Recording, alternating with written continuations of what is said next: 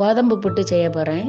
முதல்ல 3 கப்பு கோதம்பு மாவு, அதை சீன் சட்டியை நல்லா சூடாக்கிட்டு அதில் தட்டி லேசாக சூடு வர்றது வரை வறுத்துட்டு, அதுக்கப்புறம் அதில் லேசாக பச்சை தண்ணி ஊற்றக்கூடாது, நல்லா கொதித்த தண்ணி ஊற்றக்கூடாது. லேசாக கை நம்ம விரல் இடும்போது அது லேசாக சூடாக இருந்தோன்னா அந்த தண்ணியை தொளித்து லேசாக உப்பு போடணும். உப்பும் போட்டு நல்லா ஆப்ப வச்சு கிண்டிட்டு திருப்பி கை வச்சு விரவணும்.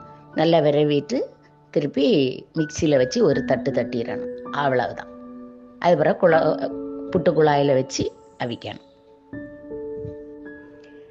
புட்டு மாவு வாரி வைக்கும்போது அடியிலையும் தேங்காய் வைக்கணும், மேலேயும் தேங்காய் வைக்கணும். தேங்காய் நிறைய துண்டு துண்டாக வச்சு அவிக்கும்போது நல்ல டேஸ்ட்டாக இருக்கும். சீனி போட்ட திங்கலாம், பப்படம் பொரித்து அதில் போட்டு வரைய திங்கலாம். ஏத்தம்பழத்தை ரவுண்டாக வெட்டி அந்த கோதம்பு புட்டில் போட்டு வரையுதுங்க. செம்ம டேஸ்ட்டாக இருக்கும். அரிசி புட்டோடி